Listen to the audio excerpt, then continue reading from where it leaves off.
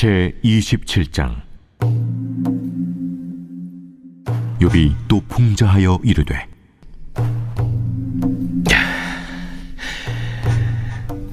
나의 정당함을 물리친 하나님, 나의 영혼을 괴롭게 하신 전능자의 사심을 두고 맹세하노니, 나의 호흡이 아직 내 속에 완전히 있고 하나님의 손결이 아직도 내 코에 있느니라. 결코 내 입술이 불의를 말하지 아니하며 내 혀가 거짓을 말하지 아니하리라. 나는 결코 너희를 옳다 하지 아니하겠고, 내가 죽기 전에는 나의 온전함을 버리지 아니할 것이라. 내가 내 공의를 굳게 잡고 놓지 아니하리니 내 마음이 나의 생애를 비웃지 아니하리라. 나의 원수는 악인같이 되고 일어나 나를 치는 자는 불의한 자같이 되기를 원하노라. 불경건한 자가 이익을 얻었으나 하나님이 그의 영혼을 거두실 때에는 무슨 희망이 있으랴. 환난이 그에게 닥칠 때 하나님이 어찌 그의 부르짖음을 들으시랴. 그가 어찌 전능자를 기뻐하겠느냐. 항상 하나님께 부르짖겠느냐. 하나님의 솜씨를 내가 너희에게 가르칠 것이요 전능자에게 있는 것을 내가 숨기지 아니하리라. 너희가 다 이것을 보았거늘 어째 그토록 무익한 사람이 되었는고. 악인이 하나님께 얻을 분깃, 포악자가 전능자에게서 받을 산업은 이것이라. 그의 자손은 번성하여도 칼을 위하며 그의 후손은 음식물로 배부르지 못할 것이며 그 남은 자들은 죽음의 병이 돌 때에 묻히리니 그들의 과부들이 울지 못할 것이며, 그가 비록 은을 티끌같이 쌓고 의복을 진흙같이 준비할지라도 그가 준비한 것을 의인이 입을 것이요 그의 은은 죄 없는 자가 차지할 것이며, 그가 지은 집은 조매집 같고 파수꾼의 초막 같을 것이며 부자로 누우려니와 다시는 그렇지 못할 것이요 눈을 뜬 적 아무것도 없으리라. 두려움이 물같이 그에게 닥칠 것이요 폭풍이 밤에 그를 앗아갈 것이며 동풍이 그를 들어 올리리니 그는 사라질 것이며 그의 처소에서 그를 몰아내리라. 하나님은 그를 아끼지 아니하시고 던져버릴 것이니 그의 손에서 도망치려고 힘쓰리라. 사람들은 그를 바라보며 손뼉치고 그의 처소에서 그를 비웃으리라. 욥의 친구들을 향한 욥의 말 함께 살펴보도록 하겠습니다. 이제 욥과 세 친구들의 논쟁이 마무리가 됩니다. 재산과 자녀를 다 잃고 육체의 질병에 걸려 죽어가고 있는 욥을 찾아온 친구들은 전혀 위로가 되지 못했습니다. 세 친구가 가지고 있는 지혜로는 욥이 당한 고난의 문제에 해답을 제시하지 못했습니다. 인간은 본질적으로 고난을 싫어합니다. 모든 생명체가 항상성이라는 것을 가지고 있습니다. 자신이 원래 있던 상태로 돌아가고 싶어하는 본능입니다. 짓밟힌 잔디는 다음날 나가보면 원상태로 돌아와 있듯이 인간도 자신이 가장 편안하게 느끼는 상태로 빨리 돌아가고 싶어하는 욕구가 있습니다. 인간의 편안함을 깨트리는 모든 것을 고난이라고 표현합니다. 성경은 세상에 가시덩굴과 엉겅퀴가 영원할 것을 선포합니다. 이 고난은 본질적으로 인간이 죄를 지었기 때문에 발생하였습니다. 또한 개인의 죄로 인해 이 고난은 가중됩니다. 타인의 죄로 인해 억울한 고통을 당하기도 하고요, 사회적인 부조리로 인해서 심각한 고통을 당하기도 합니다. 이런 고난을 없애기 위해서 사람들은 크게 네 가지의 방법을 선택합니다. 첫 번째는 우상숭배, 두 번째는 도덕주의, 세 번째는 율법주의, 네 번째는 방종주의입니다. 우상에게 잘 보여서 고난을 예방하거나 해방하려고 하는 것이죠. 착하게 살면 좋은 일이 있을 것이라는 신념으로 행동합니다. 종교가 요구하는 율법을 잘 지키면 편안한 삶이 있을 것이라고 믿는 것이죠. 마지막으로 어차피 힘든 세상 내 마음대로 내 뜻대로 살려고 하는 경향입니다. 이런 고난의 문제 앞에 성경은 완전히 새로운 시각을 제시합니다.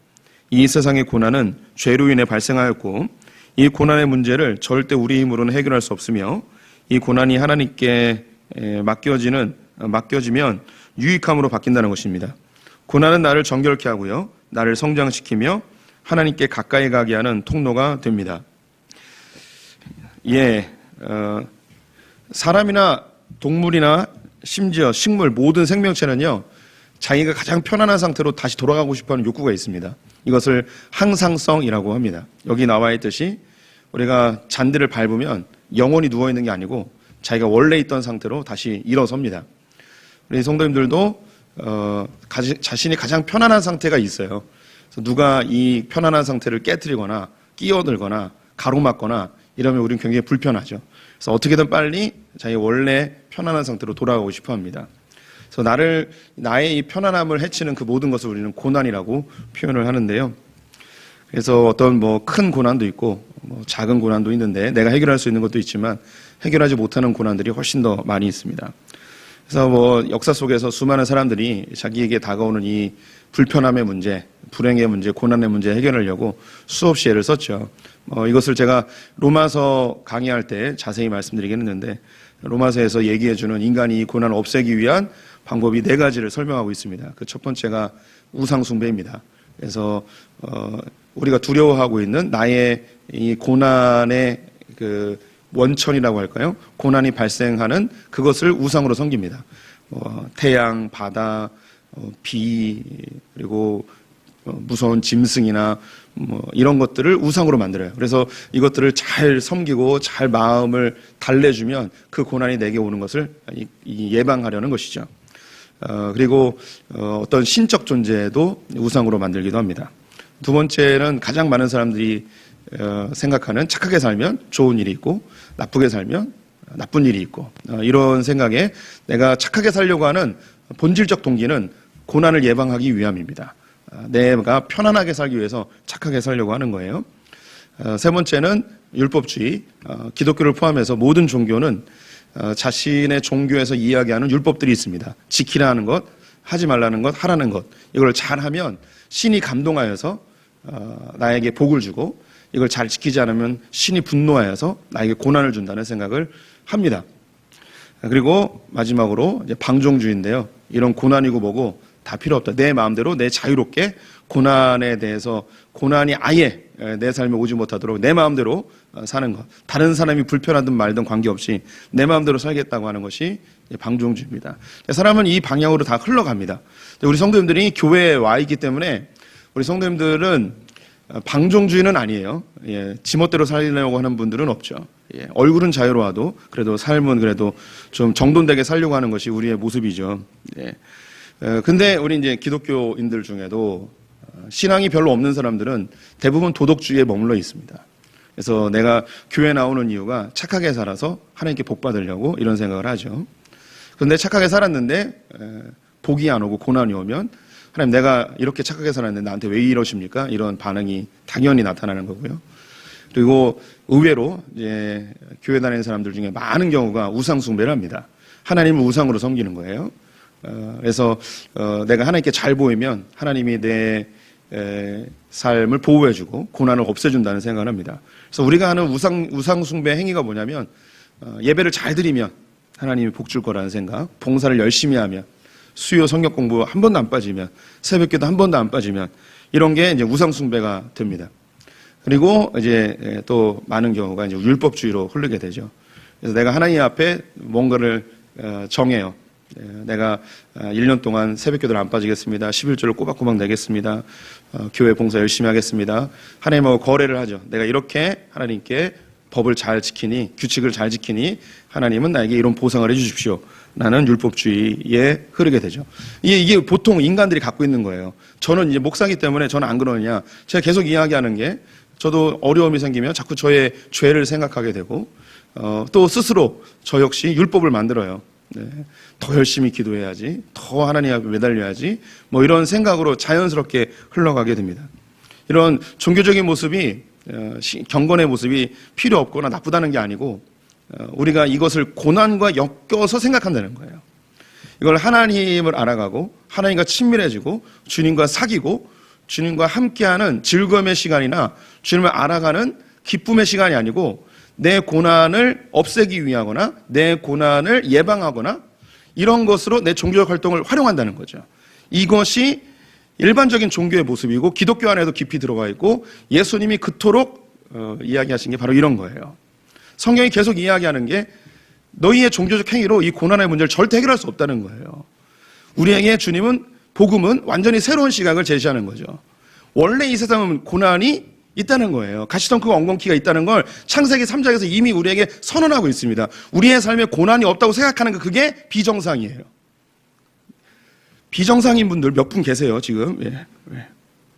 내 삶에 고난이 없는 게 그게 비정상이에요. 당연히 고난이 있어요. 그래서 제가 그 예로서 몇 가지 얘기 들었잖아요. 우리 성도님들 자동차를 운행을 하면 딱지를 띠는 게 정상입니까 비정상입니까?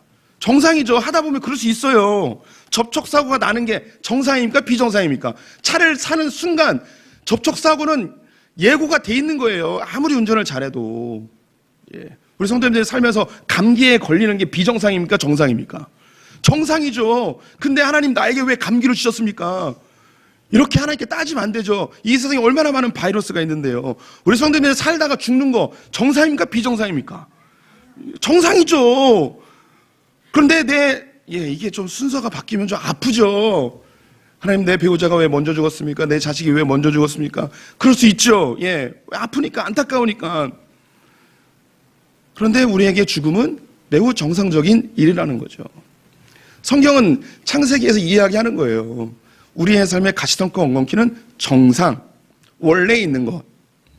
그런데 이 문제는 우리가 해결할 수 없는 거기 때문에 하나님의 관점으로 하나님이 왜 가시덩크와 엉겅퀴를 주셨는지 이걸 보도록 하는 게 복음이에요. 이 세상의 종교는 우상 숭배는 이 가시덩크와 엉겅퀴를 없애려고 해요.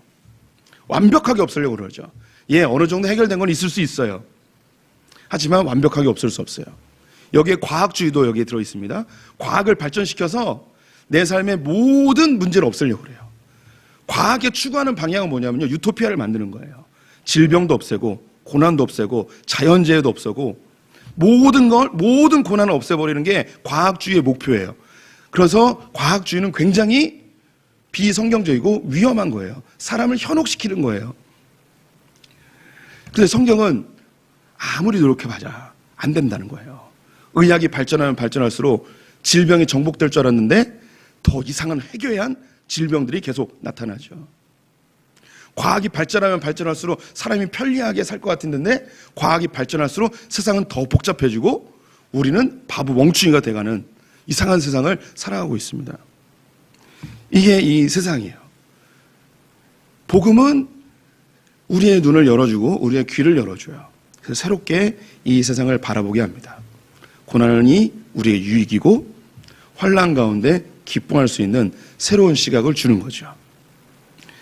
우리 고난 가운데 나의 죄 때문에 벌어진 일도 있지만 하나님께서 이 세상에 고난을 주심은 하나님의 주권 속에 있고 이걸 나에게 허용하신 데는 분명한 목적이 있다는 거죠. 그래서 그 목적을 봐야 돼요. 그래서 성경에 나와 있는 고난의 목적 3가지. 첫 번째는 나를 정결케 합니다. 고난이 없으면 사람은 개판으로 살아요. 가시덩크가 엉겅퀴가 없으면 사람은 개판으로 삽니다. 하나님이 죄된 인류에게 가시덩크가 엉겅퀴를 주는 건 우리로 겸손히 스스로 자기를 겸비하여 죄를 많이 짓지 못하도록 하나님이 장치를 주셨어요. 그래서 여기 계신 성도님들도 삶의 고난이 딱 오면 겸비합니다. 어떻게든 착하게 살려고 애를 씁니다. 아주 본능적으로. 두 번째는 날 성장시킵니다. 예전에 고난이었던 게 내가 성장한 이후에는 고난이 아닌 거예요. 예전에는 남편이 얼굴만 불 켜도 막 벌벌벌 떨고 그랬던 고난의 시절이 있었잖아요. 이제 결혼 생활 30년, 40년 하니까 남편이 얼굴을 찡그려도 너는 찡그려라, 나는 내 삶을 산다, 얘기하는 거죠.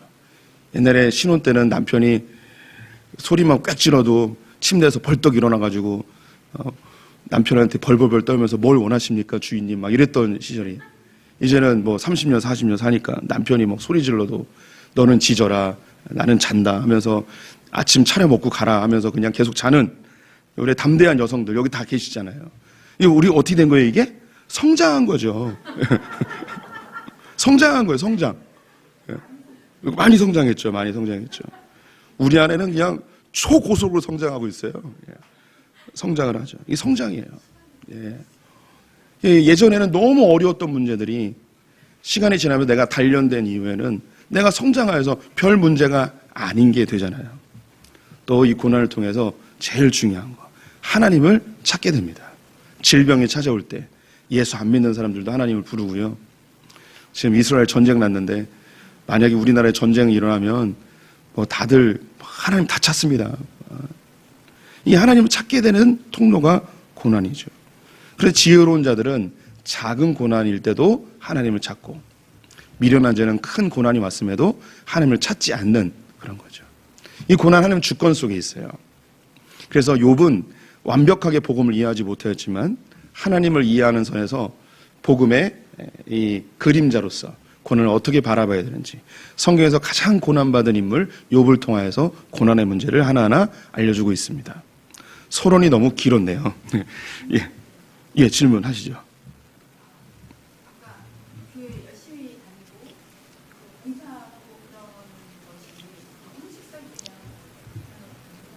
네. 근데 그럼에도 불구하고 그래야만 하잖아요. 많은 분들이. 예.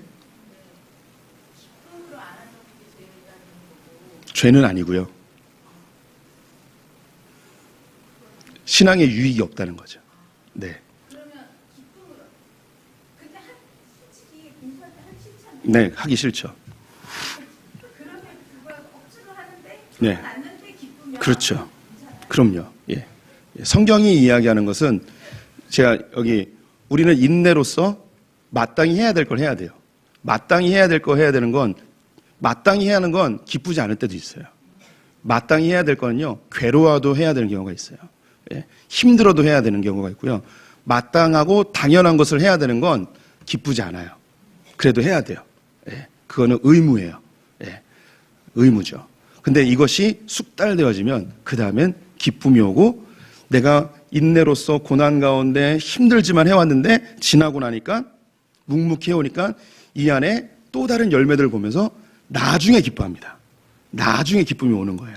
지금 당장 기쁨이 오는 경우도 있지만 나중에 기쁨이 오는 경우가 있습니다. 근데 주의해야 될 건 뭐냐면 내가 하고 있는 이 신앙적 행위를 가지고 뭔가 하나님과 거래하거나 하나님에게 요구하거나 이걸 기반으로 하나님한테 이것이 하나님을 조종하는 조건이 된다면 이것이 우상숭배고 율법주의입니다.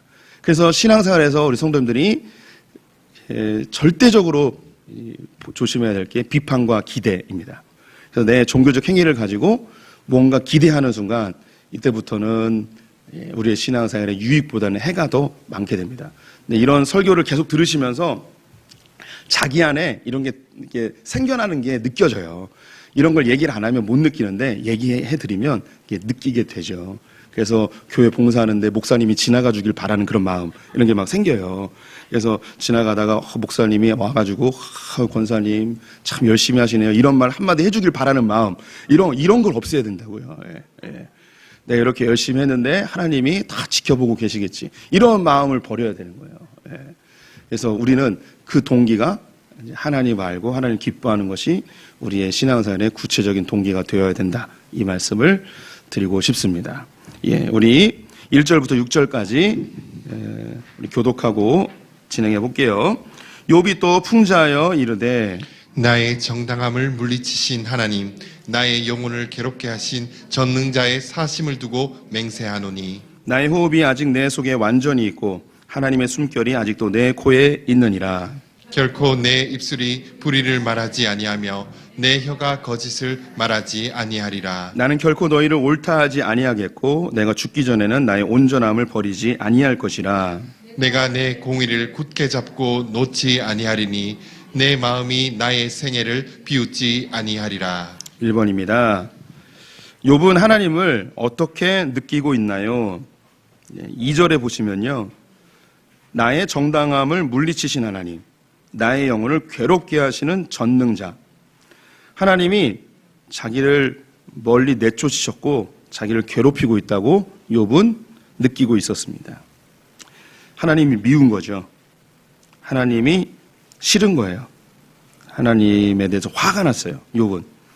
이 정도 되면 다 화나죠. 재산 다 잃고 자식도 다 죽고 마누라도 떠나고 자기는 죽을 병에 걸리고 이 정도 되면 누가 하나님을 좋아할 수 있겠습니까? 하나님께 화가 나 있어요. 하나님이 이 내 괴로움의 주체라는 걸 고백하고 있습니다. 네, 그런데 욥이 어떻게 이야기하는지 보겠습니다. 욥의 말 첫 번째, 내가 죽기 전에는 나의 온전함을 버리지 아니할 것이라. 욥과 세 친구의 이야기는 27장에서 마무리가 됩니다. 27장, 이번 장이죠. 27장은 친구들과의 대화를 마무리하는 내용을 담고 있습니다. 친구들은 욥이 당한 고난이 죄로 인한 것이라고 주장하였습니다. 욥이 자신은 죄가 없다고 주장하였죠. 주장하자 악인이라고 강하게 비난하였습니다. 끝까지 자신의 죄를 인정하지 않는 욥을 향해 풍문으로 들은 죄목까지 언급하며 세 사람이 죽어가는 욥을 몰아세웠습니다. 하지만 욥은 친구들의 말에 수긍할 수가 없었습니다.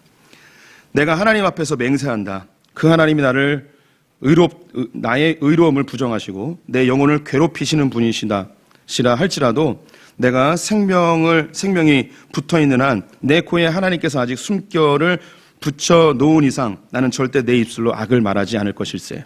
내 혀로 절대 거짓을 말하지 않을 걸세.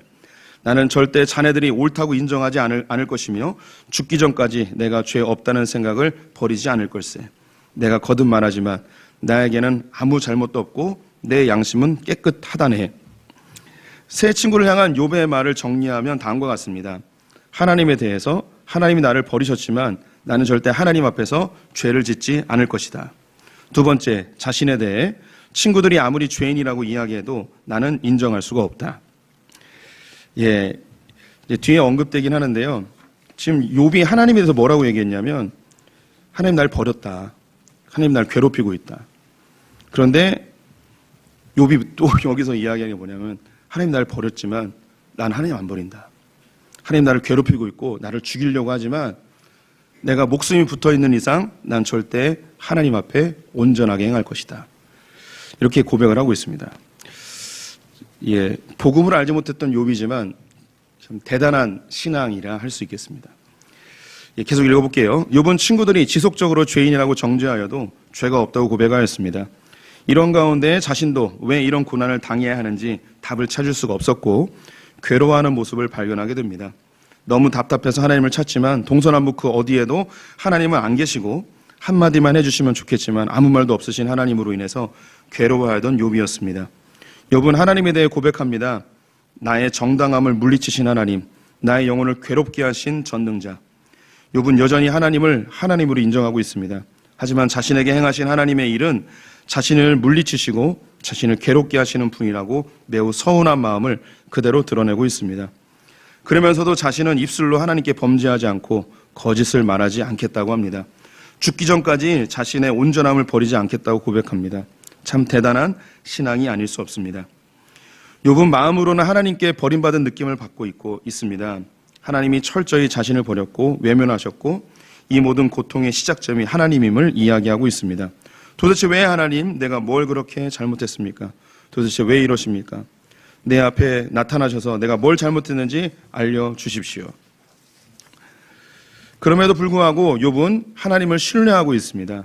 하나님의 계획과 주권을 다 이해하지는 못하지만 하나님을 향한 신뢰는 포기하지 않고 있습니다.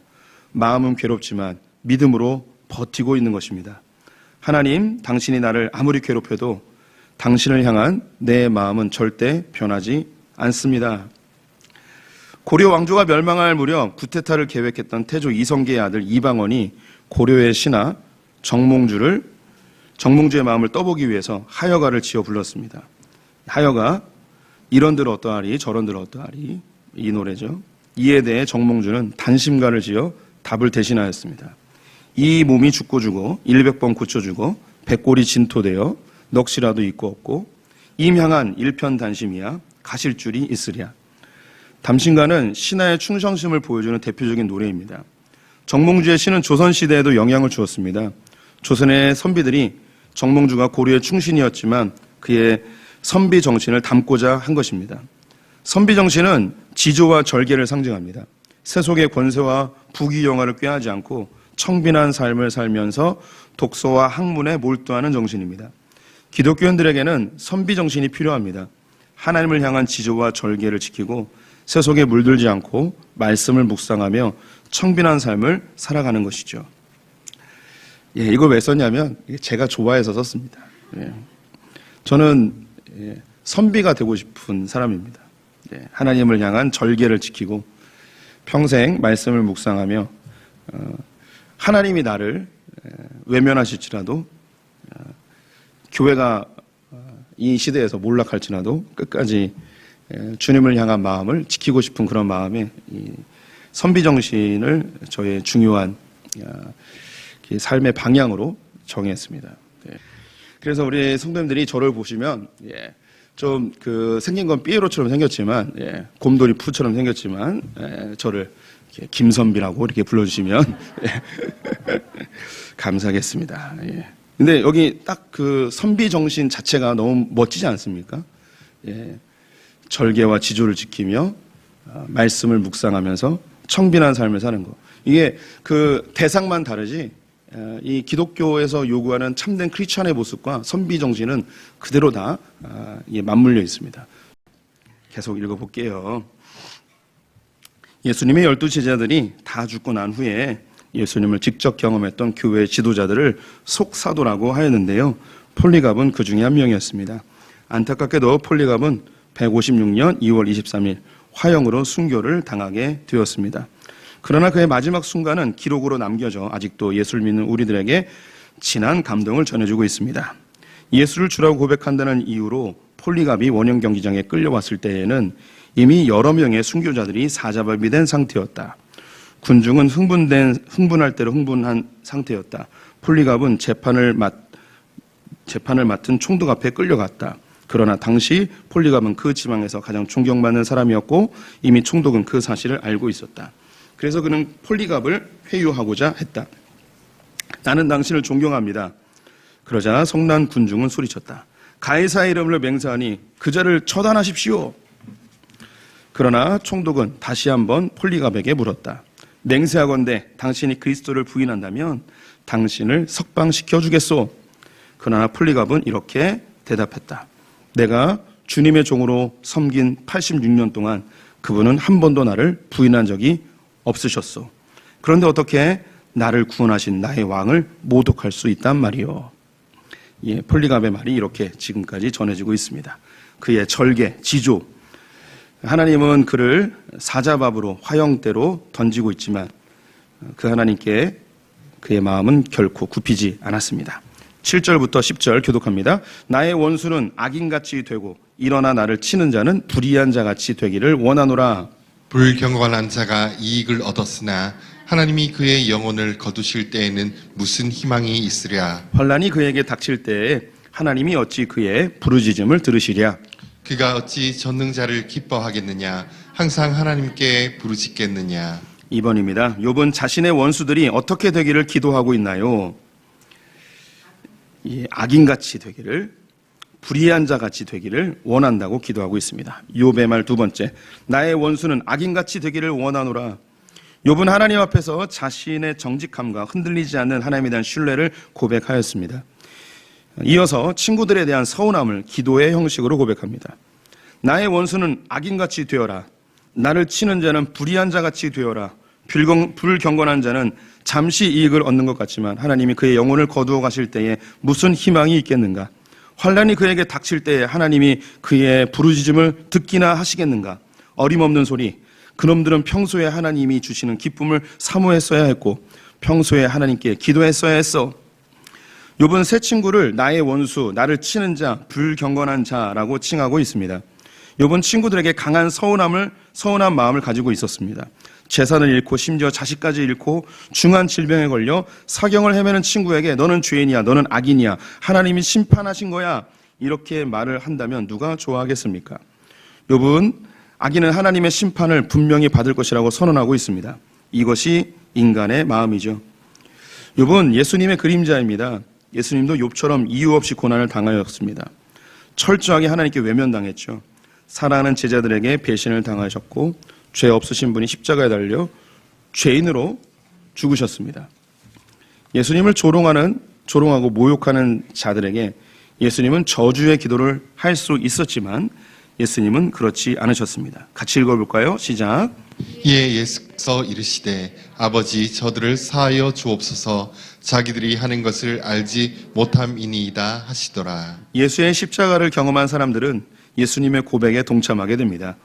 돌에 맞아 순교하신 스데반 집사님은 이렇게 고백합니다. 함께 읽습니다. 무릎을 꿇고 크게 불러 이르되 주여 이 죄를 그들에게 돌리지 마옵소서 이 말을 하고 자니라. 네, 욥은 화가 났어요. 자기의 친구들이 자기를 죄인이라고 악인이라고 하나님 심판 때문에 이렇게 된 거라고, 네 자식들도 죄를 져서 네가 알지 못한 죄 때문에 하나님이 벌 주셔서 죽은 거라고 이렇게 악담을 하고 있는 친구들에게 얼마나 화가 나겠습니까? 그러자 그들과의 대화를 마무리하면서 기도의 형식을 빌어서 친구들을 저주하죠. 악인처럼 되어라. 하나님이 니네들 심판하실 때 너희들 희망이 있겠느냐 하면서 악담을 쏟아 부어내고 있습니다. 당연히 우리 이해하죠. 그 마음을 이해합니다. 그런데 욥보다 더 심한 고난을 당하신, 그리고 버림당하고 자기가 가장 사랑하는 제자들에게 배신당한 그 예수님은 생을 마감하실 때에 그들을 향하여서 저주가 아닌 용서하시며 저들이 무슨 일을 하는지 모릅니다. 네. 만약에 이 욥의 자리에 예수님이 계셨다면 동일한 고백을 했을 것 같습니다. 하나님, 이 세 친구가 하나님 주시는 이 고난의 의미를 알지 못하고 복음을 깨닫지 못하여서 저를 악인으로, 죄인으로 이렇게 저주를 하지만 하나님, 저들의 죄를 저들에게 돌리지 말아 주십시오. 저들이 하고 있는 일이 무엇인지 모릅니다. 이렇게 고백했을 겁니다. 예수님의 영향을 받은 참된 크리스찬들은 자신을 저주하고 힘들게 하는 그 누군가에 대해서 용서할 수 있는 그런 용기가 생기죠. 그것이 스데반에게서 나타났습니다. 계속 읽어볼게요. 11절에서 23절. 하나님의 솜씨를 내가 너희에게 가르칠 것이요 전능자에게 있는 것을 내가 숨기지 아니하리라. 너희가 다 이것을 보았거늘 어찌하여 그토록 무익한 사람이 되었는고. 악인이 하나님께 얻은 분깃, 포악자가 전능자에게서 받은 산업은 이것이라. 그의 자손은 번성하여도 칼을 위함이요 그의 후손은 음식물로 배부르지 못할 것이며. 그 남은 자들은 죽음의 병이 돌 때에 묻히리니 그들의 과부들이 울지 못할 것이며. 그가 비록 은을 티끌같이 쌓고 의복을 진흙같이 준비할지라도 그가 준비하는 것을 의인이 입을 것이요 그의 은은 죄 없는 자가 차지할 것이며. 그가 지은 집은 좀의 집 같고 파수꾼의 초막 같을 것이며. 부자로 누려니와 다시는 그렇지 못할 것이요 눈을 뜬즉 아무것도 없으리라. 두려움이 물같이 그에게 닥칠 것이요 폭풍이 밤에 그를 앗아갈 것이며. 동풍이 그를 들어 올리리니 그는 사라질 것이며 그의 처소에서 그를 몰아내리라. 하나님은 그를 아끼지 아니하시고 던져버릴 것이니 그의 손에서 도망치려고 힘쓰리라. 사람들은 그를 바라보며 손뼉치고 그의 처소에서 그를 비웃으리라. 3번입니다. 욥이 말한 악인들이 받을 산업이 아닌 것은 무엇일까요? 1번 자손들의 죽음과 굶주림, 2번 죽음의 병이 돌 때의 묻힘, 3번 두려움이 물같이 닥칠 것, 4번 하나님이 그를 아껴주심. 4번입니다. 난이도가 하입니다. 욥의 말 세 번째, 악인이 하나님께 얻을 분깃. 욥은 자신을 괴롭히는 친구들을 악인이라고 말하며 악인들이 받을 하나님의 분깃, 즉 형벌에 대해 구체적으로 언급하고 있습니다. 이것은 친구들이 이미 언급한 악인들에 대한 하나님의 심판과 동일하였습니다. 욥은 친구들에게 고대 사회의 법률인 동형복수법으로 대갚아주고 있습니다.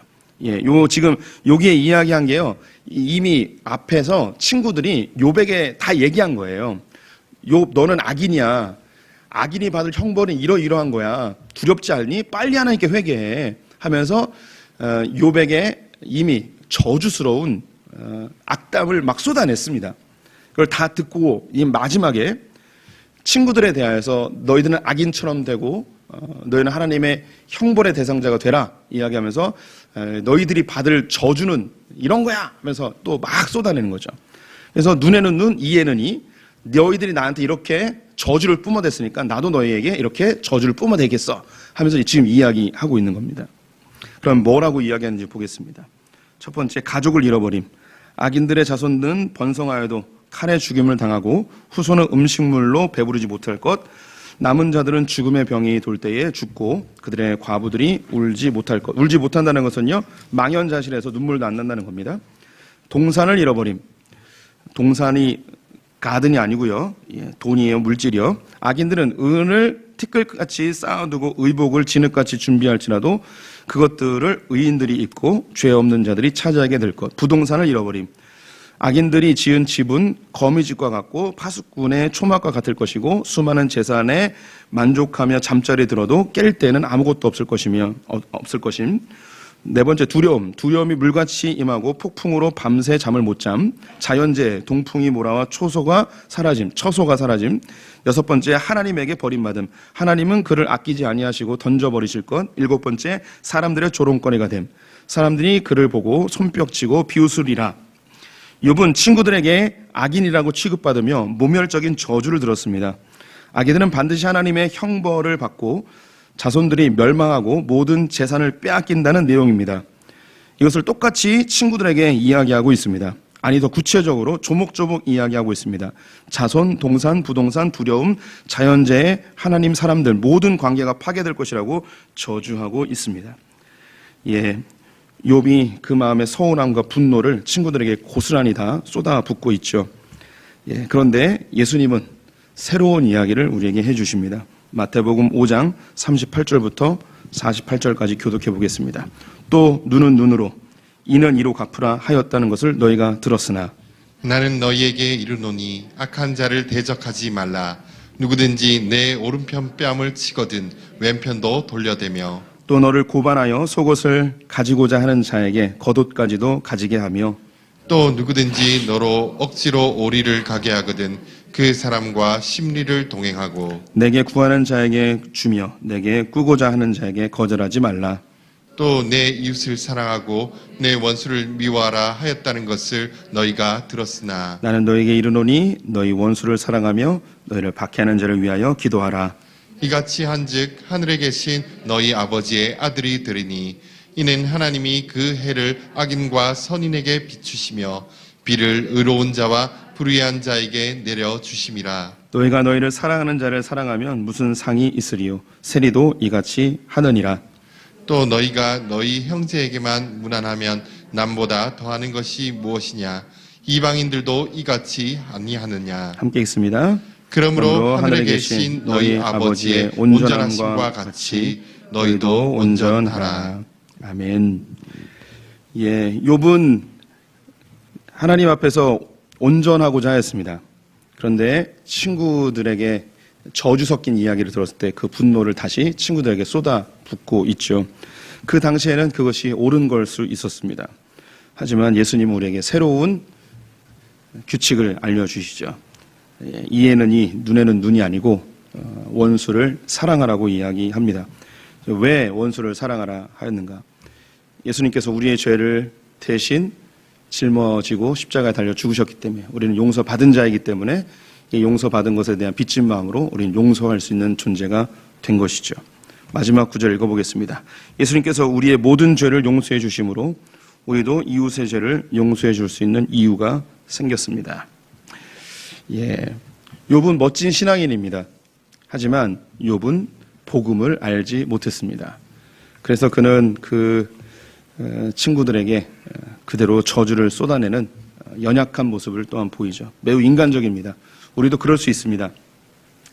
하지만 주님은 우리에게 보다 나은 신앙인의 삶으로, 온전한 신앙인의 삶으로 성숙되기를 요구하고 있습니다. 그래서 예수님을 닮아가는 성도들 되시기를 주님의 이름으로 축원드립니다. 기도하겠습니다.